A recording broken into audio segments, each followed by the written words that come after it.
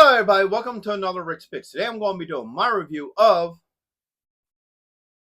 the April O'Neil figure from the Teenage Mutant Ninja Turtles version 2 by NECA.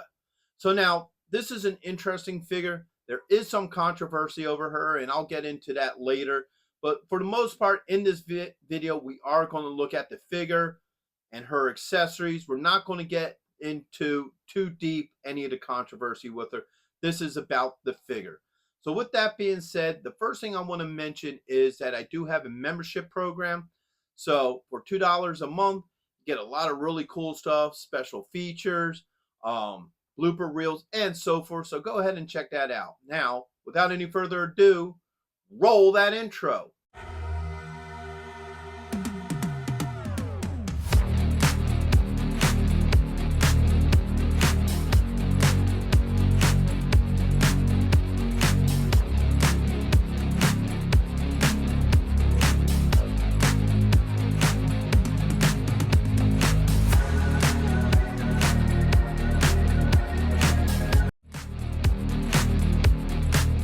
So here she is in packaging. Now you have your standard Teenage Mutant Ninja Turtle comic books packaging here. So you have the open window here, Nickelodeon, NECA, Teenage Mutant Ninja Turtles. You have a picture from the comics, April O'Neil version 2. Alright, come around to this side. You got the Turtles logo here, some comic book art, NECA, and Nickelodeon. Come around to the back. Alright. You get some cool pictures of her from the comics, like of the figure in comic book positions. So this would be like if she was in the comics.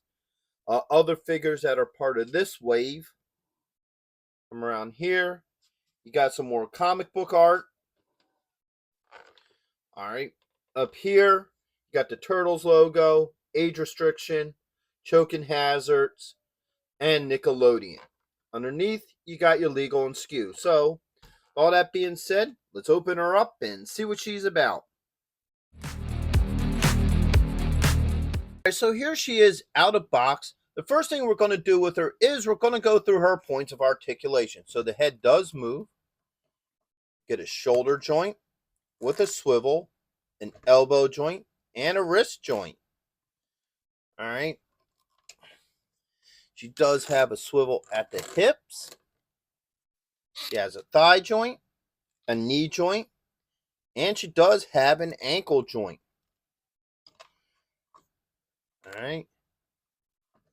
So now let's get into her finer details. So, you look at the head sculpt. Alright, the head sculpt is very similar to how it's supposed to look in the comics. The same with the hairstyle. Now, we're going to get into some of the details later on in the video. I'm going to have a special part addressing certain issues with her looks. Alright. And then back around. Like all the other figures that are designed off of the comics, you know, she has all the black lines, giving it that comic book look. I like the color of the undershirt opposed to the brown jacket. She has standard tight blue jeans. Alright, you look at her shoes. I like the detail to the shoes. So you got that pink with the two white stripes. Almost gives them like an Adidas look. And come around to the back. You get more of your dark highlights. Then now this side here, you can see the arm down. So you get a good look of how the top of the arm goes. And back around to the front. So there's not a whole lot to talk about some of her extra details, other than, like I said, a few things that I'm going to mention later in the video. Okay, so now she doesn't come with a lot of accessories. So first off, she comes with two holding hands. So you have this one here.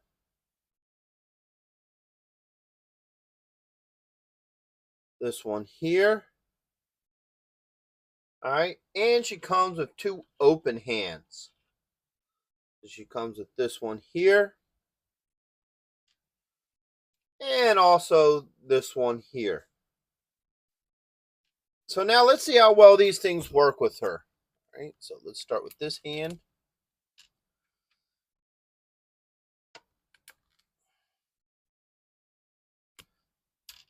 All right.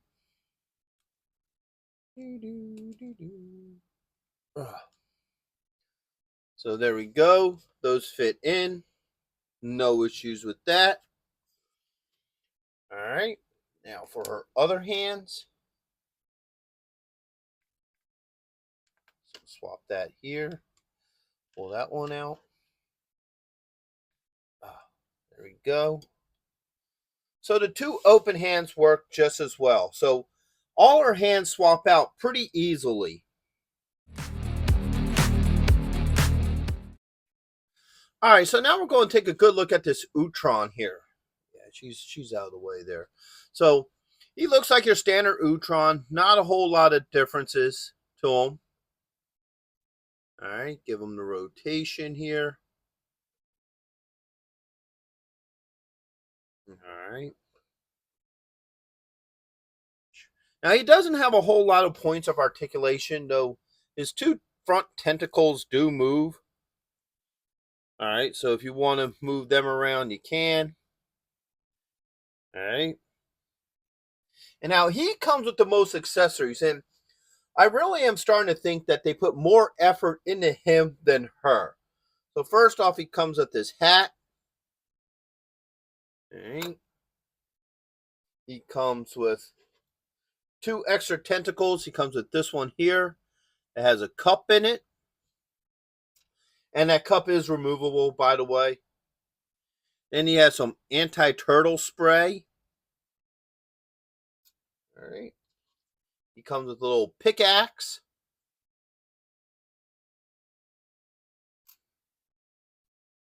And he also comes with a paintbrush. Now, I did try looking to see what comics he was from, like what exact issues, but I couldn't find them. And he also comes with a pipe. This is going to be hard to see because I got big fingers. But here's the pipe. So let's see how well all this works with him. First, I'm going to put the pipe in his mouth just because I'm afraid of losing it. That might be one of those kind of pieces you may want to just glue in there because I don't know how well it will stay in there. All right, so boop. There's the pipe. Fits in there very nice. No issues with that. All right. Take this hand. Let's put the pickaxe in it. All right, there you go. So the pickaxe fits in there nicely. No issues with that. And you can also put the paintbrush in here as well. All right, this is a busy little guy. So there you go. You got the paintbrush. All right. Take this arm off. Put this one here with the cup in it. Oops, that bent a little bit. All right. And then let's take this arm off. Put this old anti-turtle spray in here. All right. So there you go. Those fit in pretty well. No issues. Now, I did save the hat for last just because of the fact I figured it'd be easier to see all the other accessories and all without the hat. So, boop. No, he just lost his pipe. So here he is with the hat on. He kind of looks like some sort of hillbilly Utron, but everything swaps out very well with him. No issues. And like I said earlier, just really feels like they put more thought and effort into him than they did the actual April figure. All right, so normally I do not like to do controversial stuff on this channel just because of the factor that I want this to be a space where everybody can talk about action figures, toys, comics, movies, and what have you in a safe spot where they don't have to deal with like politics or, you know, any of the world issues that are going on right now. That it's just a safe place where people could talk about toys. But unfortunately, this particular figure due to the nature of it, requires that I actually talk about the controversy behind her. So the controversy is her skin color. Now, the reason why this is controversial is because the figure is made to be a black woman, when in fact, in the original Mirage comics, April was a white woman. All right. Now, I did do some research before saying all this because I wanted to make sure that I had my facts correct. So, the reason why they feel like she was a black woman in the comics was because they're black and white comics for the most part. So, this particular hairstyle they considered a black hairstyle. Now, Kevin Eastman did say that she was white. There is actually a statement of it, and that she was based off of an ex-girlfriend of his that was mixed race. But she was mixed race with Asian, not black. And if you look at the first couple of issues of the Turtles, as you can see here, you could definitely see the Asian in the character. Just how her hair sits, her facial features. So yes, I can understand her being considered half Asian. But now back to this. The reason why they once again thought that she was darker skinned was because of her hairstyle, because they considered this, a black hairstyle, where in actuality, in the 80s, it was called a perm. And many white women did wear their hair like this, such as Cher, Sigourney Weaver also wore their hair like that as well, and a few other big names. So it was a popular style then for both blacks and whites. Matter of fact, I even have the comic sitting here that this character is based off of. So this is the actual Mirage comic. This isn't a reprint. And if you look at her face, obviously she is Caucasian on the cover with this particular hairdo. Now, don't get me wrong. In the original Mirage comics, there was an issue where April was actually black. It's issue 32. But from what the research I was doing with that is that particular April was not considered canon because near the end of the run, they started letting people, have free range with their comics. So they just each issue was a different either artist or writer, and they just kind of did their own thing that didn't mesh up with the canon of the comics. So yes, in the original Mirage run, there was an issue where April is officially black, but with the main run, no, she was white. And like I said earlier, Kevin Eastman did state that. So that kind of leads to me this character being a little bit on the misleading side, or this action figure. So let's get into my final thoughts with her. So obviously we did address the controversy to her. What I stated were the facts that I personally found. All right. So whether you want to believe one way or the other, that's through the research that I found. Now, let's start getting into the figure. So first off, all her joints move very well, had no issues with any of her joints. The same with the Utron. His joints move just as well. Her hands swapped out pretty good. No issues there. All his accessories worked very well with him. Had no issues with him as well. And according to your preference, she's a good looking figure. Overall, regardless of preference, she still, as an action figure, is a decent looking action figure. The same with the Utron himself. Now, me personally, and this is my personal opinion, I would have liked her lighter skin. I feel like that would have been more comic book accurate, but that's a personal opinion, and this isn't about my personal opinion. It's about whether or not this is a good figure or not. So, would I recommend her? It's depending. It depends. I hate to say it depends on your preference.